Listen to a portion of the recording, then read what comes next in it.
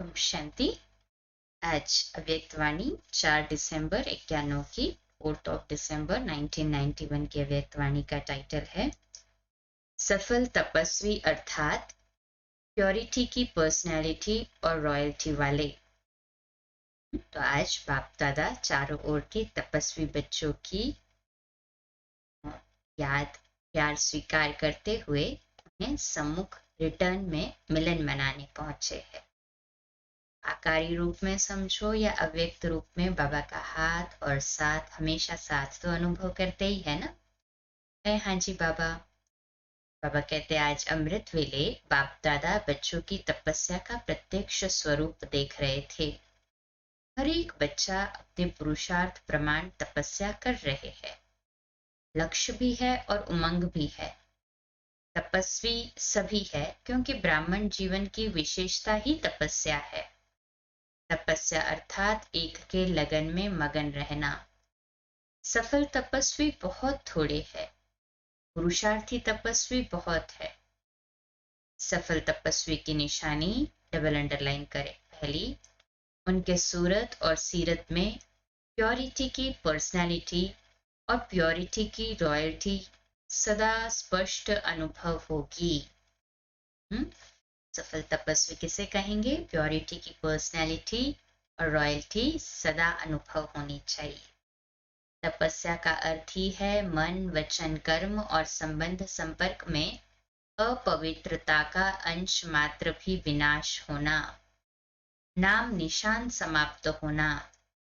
जब अपवित्रता समाप्त हो जाती है तो इस समाप्ति को ही संपन्न स्थिति कहा जाता है। सफल तपस्वी अर्थात सदा स्वतः पवित्रता की पर्सनैलिटी और रॉयल्टी हर बोल और कर्म से, दृष्टि और वृत्ति से अनुभव हो। प्योरिटी सिर्फ ब्रह्मचर्य नहीं, संपूर्ण पवित्रता अर्थात संकल्प में भी कोई विकार टच न हो। Double underline.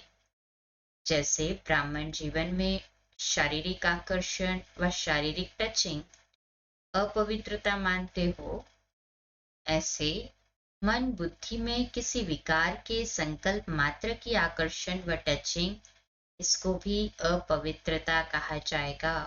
बहुत सूक्ष्म और गहराई वाली पॉइंट है, ध्यान से सुने। पवित्रता की पर्सनैलिटी वाले, रॉयल्टी वाले मन बुद्धि से भी इस बुराई को टच नहीं करते, क्योंकि सफल तपस्वी अर्थात संपूर्ण वैष्णव कभी बुरी चीज को टच नहीं करते। तो उन्हों का है स्थूल, वो वैष्णवों का स्थूल, और आप ब्राह्मण वैष्णव आत्माओं का है सूक्ष्म। बुराई को टच न करना, यही तपस्या है। धारणा, धारण करना अर्थात ग्रहण करना। जब जो बाबा मुरली में बोलता है वो पॉइंट्स को हम धारण करते, माना अपने अंदर ग्रहण करते हैं। ये तो बहुत मोटी बात है, लेकिन संकल्प में भी टच नहीं करना, इसको ही कहा जाता है सच्चे वैष्णव। सिर्फ याद के समय याद में रहना, इसको तपस्या नहीं कहा जाता। तपस्या अर्थात प्योरिटी के पर्सनैलिटी और रॉयल्टी का स्वयं भी अनुभव करना और औरों को भी अनुभव कराना। सफल तपस्वी का अर्थ ही है विशेष महान आत्मा बनना। विशेष आत्माओं व महान आत्माओं को देश की व विश्व की पर्सनैलिटीज कहते हैं। पवित्रता की पर्सनैलिटी अर्थात हर कर्म में महानता और विशेषता।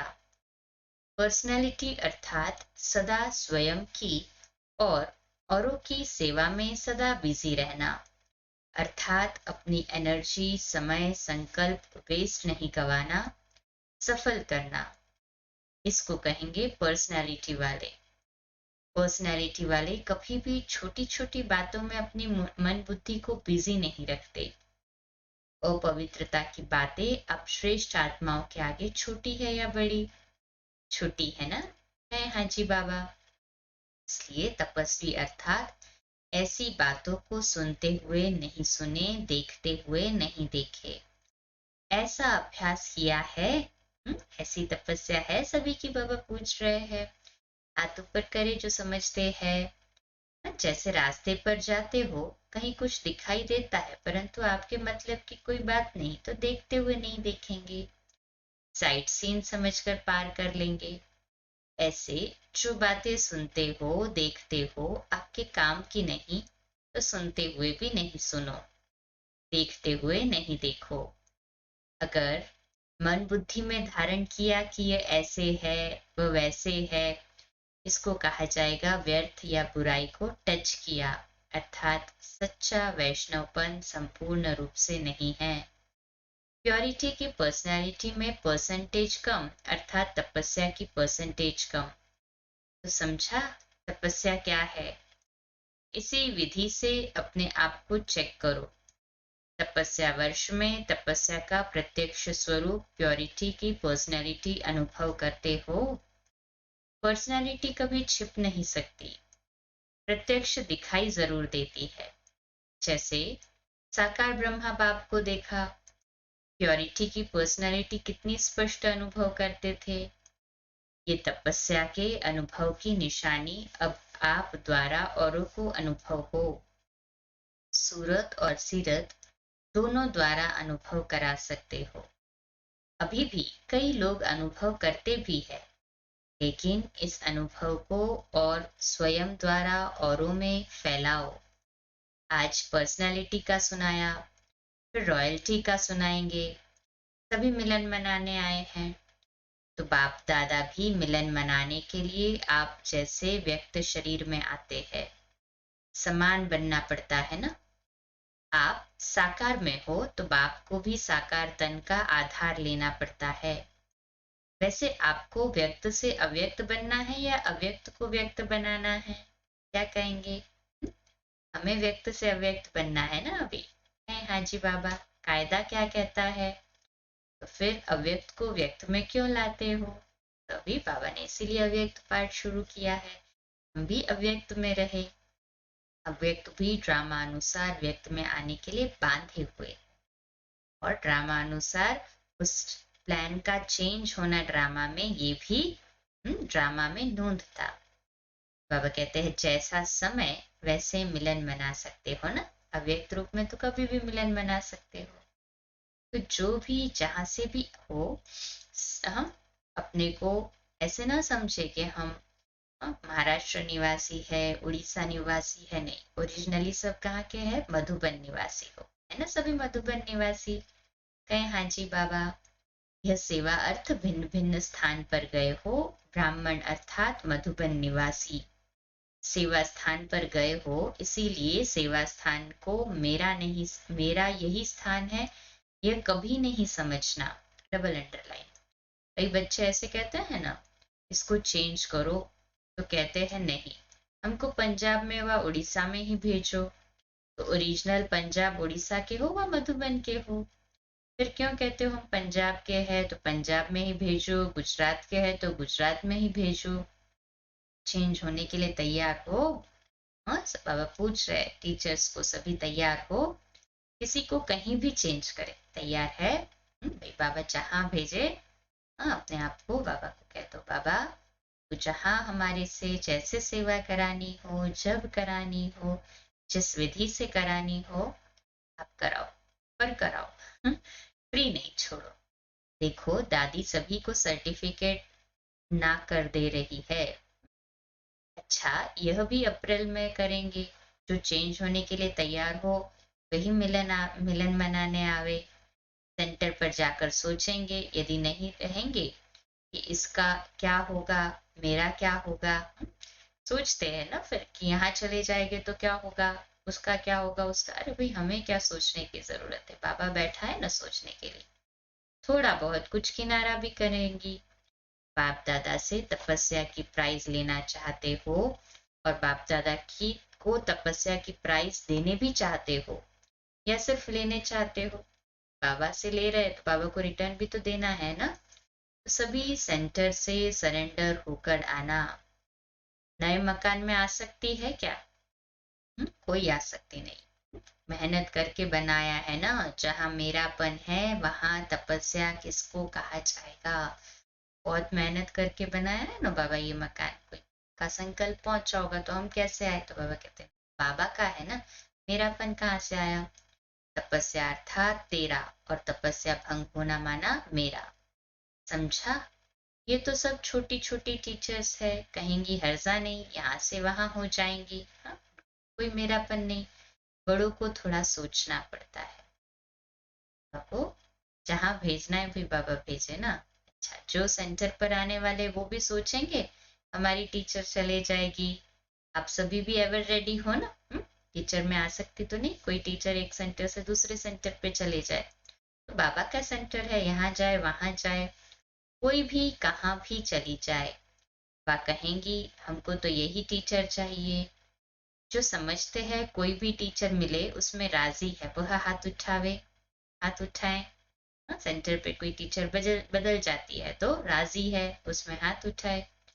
कोई भी टीचर मिले, बाप दादा जिम्मेवार है, दादी दीदी जिम्मेवार है, वह हाथ उठावे। अब ये टीवी में निकाला है, सभी का फोटो निकल गया। अंतिम पेपर का क्वेश्चन यही आना है, नष्ट मोहा स्मृति स्वरूप। अंतिम पेपर के लिए भी तैयार होना है। लौकिक से तो आसक्ति निकाल दी, अलौकिक में भी कहीं पे भी आसक्ति ना हो। रिहर्सल करेंगे ना, जोन हेड को भी चेंज करेंगे, पांडवों को भी चेंज करेंगे।